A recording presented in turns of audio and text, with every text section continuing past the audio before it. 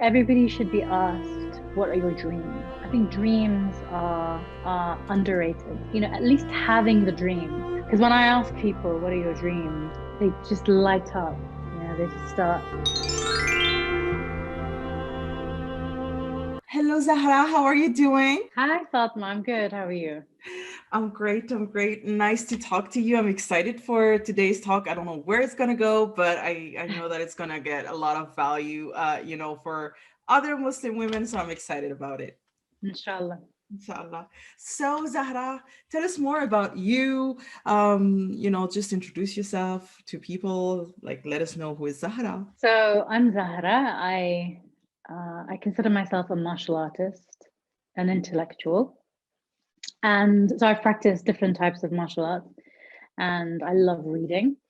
And I'm writing a book now about kind of my journey so far, memoirs of a hijabi ninja. And I talk about basically the lessons that I've learned in my life. And it's basically a book that I wish that I had read when I was growing up in London. Mm, So I'm British Iraqi. My parents are Iraqi. I was born in London, in Edinburgh, so in the UK. mm, And yeah, I've traveled extensively. I've lived in the Gulf in Qatar for 13 years and working in museums. So I have a pretty kind of, multicultural exposure and experience of the work life, social life, and life as a Muslim woman. Let's talk about this life as a Muslim woman and, starting with your top three struggles, that you've encountered in your life. And you traveled, you lived in another country, you're a Muslim woman in the UK. And tell me about your struggles, like the main struggles that really, were the biggest in your life. Okay, so I'm not going to be too controversial. I'm going to keep it a little bit turned down, save it for the book I love because I that. can explain more. Saima said the same thing. She was like, nope, not this interview. Okay. I was like, this interview is not censored. And share whatever you want to share. Go ahead. And yes, Yeah, give us a sneak peek of the book. yeah. So, well, because you have more time and scope to True. explain things. Yeah. Okay, so my number one challenge, I would say, is female misogyny in Mm, our communities. So I found that the women in my life were my biggest enemies. They were not very supportive and they were very critical. And I would imagine this is not just our culture. I think this is something across the board. I think, mm, from my readings and my like talking with other people, I've realized that this is not specific to our cultures, but mm. generally patriarchal cultures. Yeah. So in fact, I would probably say that, even bigger than that would be the religious patriarchy in our religion and our culture. Mm, I think that's probably the number one problem we have. And that's the number one um, kind of my focus of trying to understand and break down, if you like. If we are to move forward in any way, we have to address the religious patriarchy that has taken over um, a lot of our understanding of religion and our understanding of women's position in society and in yeah, even amongst ourselves. So that's probably the reason for the female misogyny. um, Another thing I struggled with is, so do you want me to talk about how I've kind of countered that or just the struggles? yes, just whatever you want to usually ask, how did you overcome them? But if Right. you want to Okay, do we'll it do at the that same later then. time, okay, And go then we'll ahead. do it. Yeah. So the second thing would be hijab, Yeah. because uh, it is something that I kind of wore and accepted at a very young age. I was 9, and that is. I mean, it's because my family was conservative. I think if they were more liberal, maybe I would have had more of a say in the matter. I didn't really have a say, but at the time, I listened to what I was told. So, Mm, but then when it became a part of me and my personality, I struggled with defining myself relative to how the media was defining me, how the Muslims were defining me, how other people were defining me. So there's a difference between what you consider your identity and what other people kind of attached to your identity because of symbols that you wear, the kind of whatever symbols that you show. This is a very exterior, very like shallow part of culture, but it's the most visible. So I found that being wearing a hijab made me so visible to people who are not from our culture and people who are from our culture, both of whom had their own opinions about how I'm wearing it, why, if it's good enough, if they approve, if they disapprove. Which I thought was really a big kind of weight on my shoulder that I didn't feel was necessary. But this is the reality of our life today, of a Muslim woman with hijab. Yeah. So that was a second struggle. The third struggle, I think my third biggest struggle is because I am a third culture kid, if you like, because I come from two very different cultures and I didn't really follow either of them. I drew my own path and I walked my own walk, if you like, to my own rhythm. So that is hard because you're on your own. You're not following rules dictated through centuries, let's say, or accepted social rules. You're navigating your own way. So of course that's going to be a struggle, whoever you are. But those are my main struggles. Yeah. So let's get into how did you overcome all of them or like some of them? Let us know more about that. So I think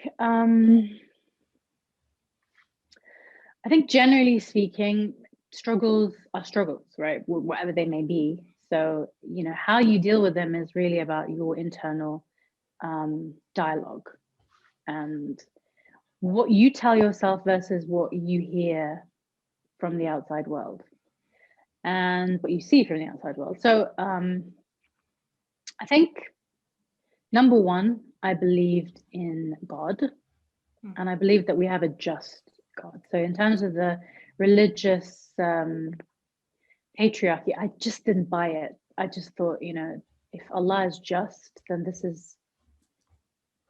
is not fair, So whatever people are saying, I can't accept it because my understanding of, because I read the Quran and I read a lot of philosophy and history, and I tried to understand the religion as much as possible. I learned Arabic for that reason, so I could read the Quran and understand it myself, so I didn't have to rely on other people's interpretations, which I realized were very, very skewed and biased.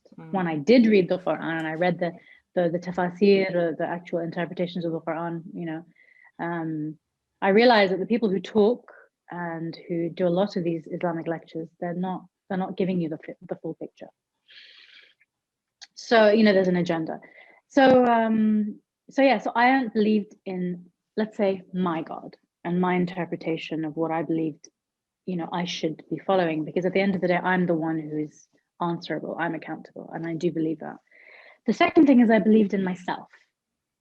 And as much as people tried to put me down and to blame me and to marginalize me and accuse me of all kinds of heretical things, I also rejected that. I didn't accept what people were saying about me, because I decide I'm the one who knows myself best. And it's not, I mean, I can take feedback from other people. I can listen and see if something is recurring, then you're like, oh, actually, maybe they have a point. Maybe there's something that, that is actually that I need to fix. So it's not about kind of being self-centered and arrogant about it, but it's just being careful what you allow in, and filtering the good and the bad, because people can love bomb you and tell you how amazing you are, and you can believe that. That doesn't help either, So either way, you need a filter. You're filtering what comes in and obviously what goes out. Exactly. So I put a very kind of honest filter, honest to myself, number one. Also, I started to really explore myself, the world. I don't believe in being secluded and being you know, I do believe in being exposed to different cultures, different ways of living, different ideas, different books. I don't agree with, oh no, you have to only read these books, because if you read those books, then that might affect your thinking. Well, no, I want to read all the books, and then I can decide. Exactly. You know. Yeah. And I felt that a lot of people around me, or you know, they had this fear of other cultures, other beliefs, and in a way, I guess they didn't trust themselves. That's really the crux of it. So because I had developed, through my father also, had developed this kind of freedom of thought and this belief in my intellect. So I had that, those were the seeds, if you like, that grew into this ability to counter these struggles intellectually and also intuitively. So I would listen to how I was feeling and listen to myself and respect the process. I love that. So your solution, your struggles, you know, all about, you know, female misogyny and, you know, the hijab and being a third culture kid, you know, as a Muslim woman, you know, Arab women living in France, I can totally understand, you know, what you went through, in the sense of like, oh, this is how I just, you know, visualize my experience and your experience, you know, in pictures and in the feelings that come with it. And I love the solutions that you came out with, you know, just believing in Allah subhanahu wa ta'ala, just doing the work yourself. And this is the empowerment that I'm pushing everybody to have.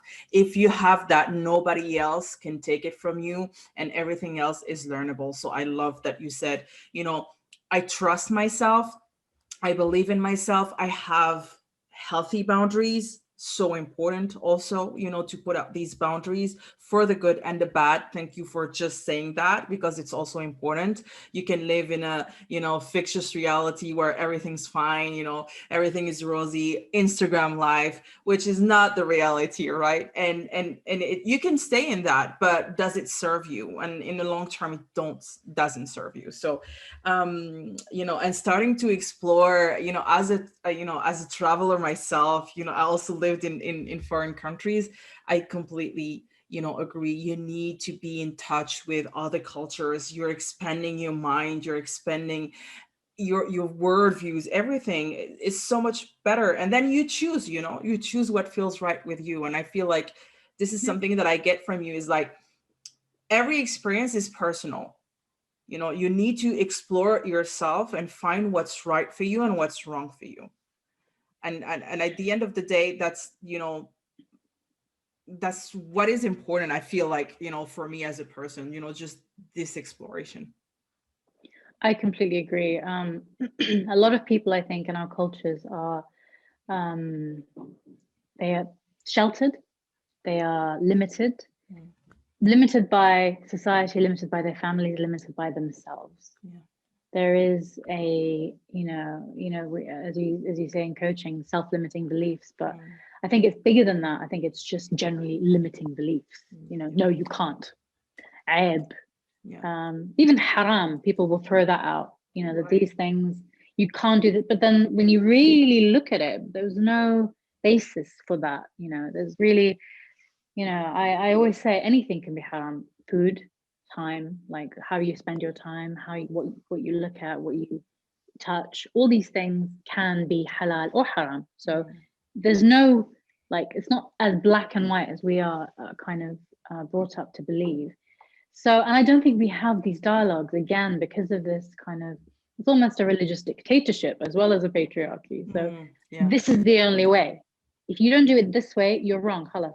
Like hellfire. Yeah. The devil's way. You know, so it's just these attitudes that we've unfortunately been exposed to from a very young age that have obviously 100% affected us. And it's breaking the cycles, and it's kind of being more aware of what's out there. And it's not easy, you know. I just relate to that, what you just said, with an experience that I had yesterday with my mom. She was just going all out. You failed, you know, because she has, boxes that you need to take to be like a successful woman, right? So if you don't take these boxes, and it comes from society, how she grew up, and even living here, she still has this mindset. She wasn't listening to what I was saying. I was just saying, I'm doing what I love, I'm thriving, I'm building something, it takes time. But she wasn't listening to that. She was like, no, failure, failure, failure, right? Like, you fooled me, you fooled me. And it's so unfortunate. And when you're trying to have a dialogue, it's like, why are you saying that? Because she cares about what people think. I don't even know these people. Like, I don't even know these people. I've never seen them, or if I saw them, it was, in my childhood. And I was like, all these. It's an epidemic. Yeah. Yeah, With what it's people like, think. you're not objective. You're not. What is going on here? And it's sucking up the energy. And if you're not strong, if you don't have this belief in yourself, it's just gonna put you down, right? You're just gonna be like, I'm a failure because my mom says a failure. And like how moms opinions are important for us, especially as girls. So I was like, wow, okay, but be kind, okay, do not react, just I was just asking questions to really understand what is her thinking process looking like. So I just, yeah, I wanted to share that. Yeah, I can really relate. This is one of the controversial things I was trying to avoid, this whole like dialogue that we have with our parents, actually. Yeah. But I do believe, and this is I think, a very poignant point, that this patriarchy, this religious patriarchy that we have, breeds narcissism. Yeah. It breeds a narcissism in our men, in our women, and who become parents. And I think it's just become epidemic, narcissism.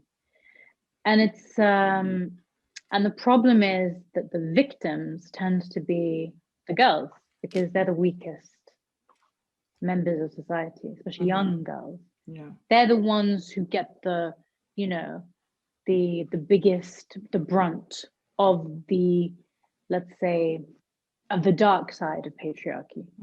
They're the ones who really get it. And it's all based on what, men, how to serve men. And these women, when I told you the misogynistic women, basically they are preserving the status quo. They are supporting patriarchy. They're supporting patriarchy, and they are then by the way, this is all unconscious. We have to understand this is not yes, 100%. deliberate. Yeah.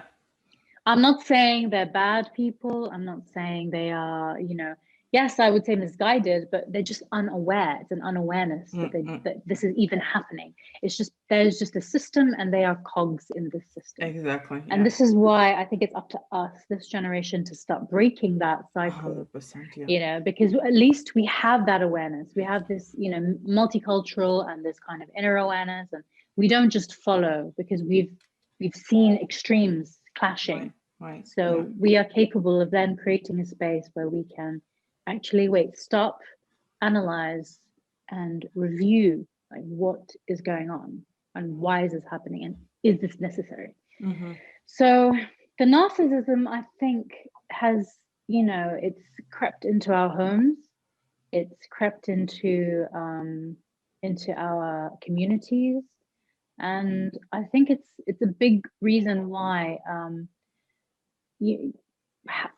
like appearances are suddenly so important. People are much more selfish about their reasons for doing things. So I think, I'm not talking about just your mother here, but our mothers in general. It's the shame here, or the blame, is not so much it's not really about you. It's about them, their family name, their image, right? Yeah. So so it's no longer about what's good for you, or what is, what you necessarily want to do. It's more about what everybody else thinks you should do. And I just think it's unfortunate. And I find, I'm not pretending to know how to fix this, but like I said, I think at least awareness on our part, at least asking the right questions, understanding that this is wrong, and maybe talking about that. Yeah. You know, that maybe this is not the best way of thinking. Maybe this is not, the most constructive or the most beneficial way of thinking. Maybe there are other ways of thinking. Yeah. I love that. Talking about thinking, you read a lot. What is one of the latest book that you've recommended to someone? Oh my God, I've read so many books. Well, I'll give you the latest one because I think I've read maybe, I don't know how many in the past few months, but the last book I read was The Immortal Life of Henrietta Lacks. Yeah, and she's a Black woman who grew up in the 50s, she died in the 50s, yeah. And her cells have been the reason why medicine has erupted.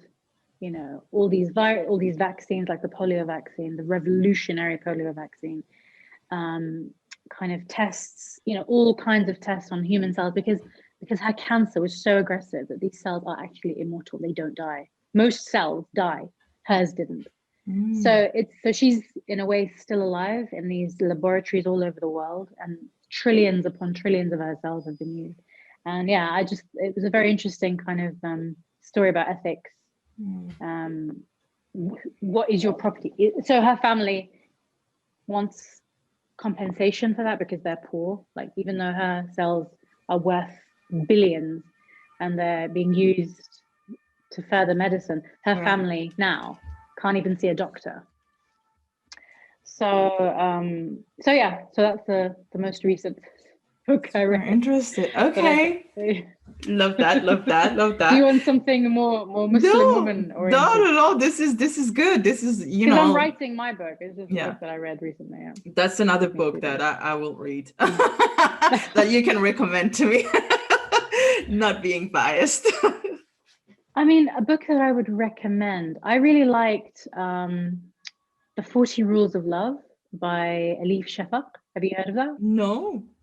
Oh, that is that's a beautiful book. That tells the story of Shamsuddin Tabrizi and Rumi.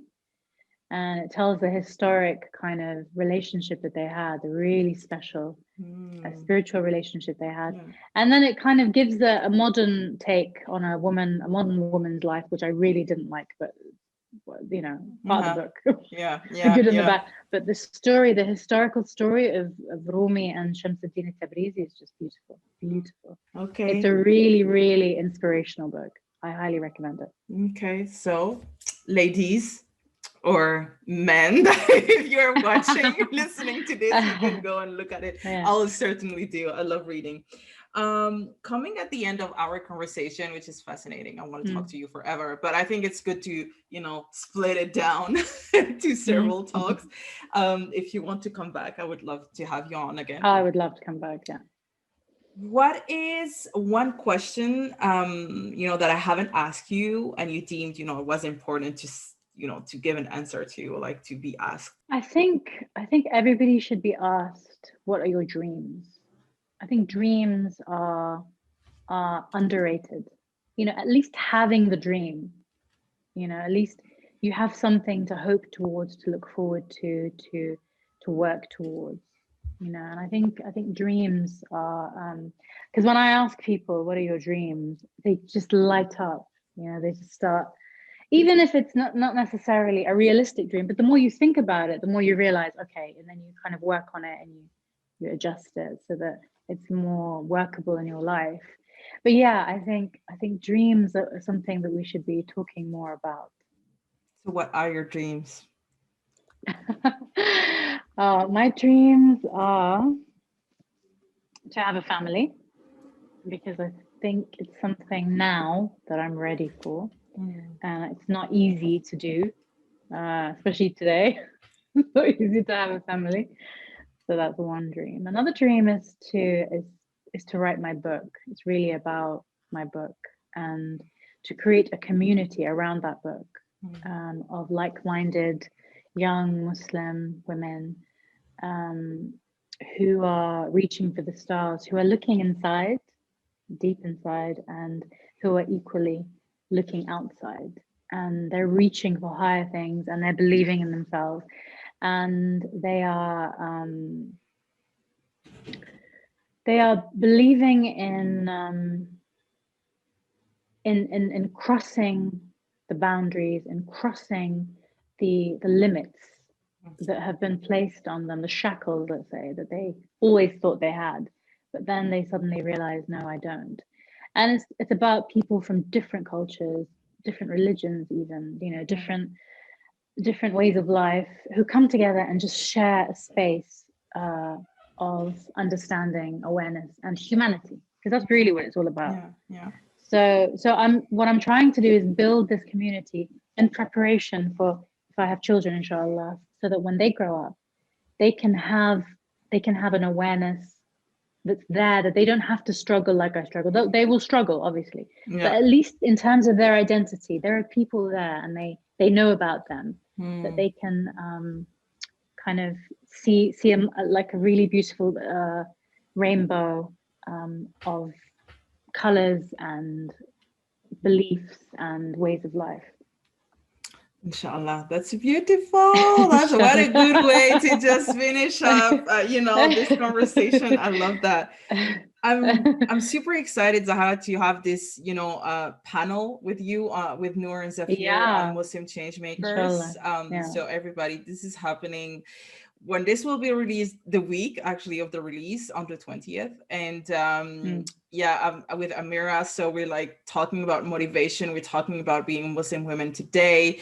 And I love that you just brought the word, Renaissance, because basically this is it. This is truly what I want to be part of. It's like the Renaissance of the Muslim Ummah, but in a sense of like expansion, like it was, at the beginning, or like in 13th century. I want to have that in a modern way, and because we have so much to offer, globally. So I'm excited to do that and to be part of it. So thank you so much. Anything else you want to add to finish up? You can find me on Instagram on Zahra.says, if you want to connect with me. And I would love to continue this conversation with anybody, any of your followers or your viewers, in addition with you. And so we can keep updated on new things. And I would love to come back, inshallah, because I think what you're doing is great. Really. Oh, of course, you have to come back. I don't know if I'm going to do like topic specific. For now, it's quite, struggles, like how do you overcome them? Because what I wanted to do with this first series is to give, other Muslim women examples, like, because we always think, oh, I'm the only one having this problem, I'm just suffering here like by myself. But actually, no, we have, most of us, we go through the same struggle, especially if you're Muslim women living in the West. Of course, there are, specific struggles, but we're going through the same thing. So your lessons learned, your solutions can offer a new perspective, to one of us. It actually did just for me. So this is what learning from each other means for me. And I love having, conversation with people that just, share their life, because it's so much, rich as an experience and everything else that can be learned. So thank you so much. I agree. Completely agree. Thank you, sir. And I look forward to seeing you at the conference. And hopefully all your viewers will register. We'll link everything down below. We're like every day we're sending messages, inshallah. So because we need to be there, and like, so there are so many Muslim amazing people like in this event, like 5 days, amazing. I can't wait. 100%. Thank you. Okay. Take care of yourself. Thank you. Thank you. Bye.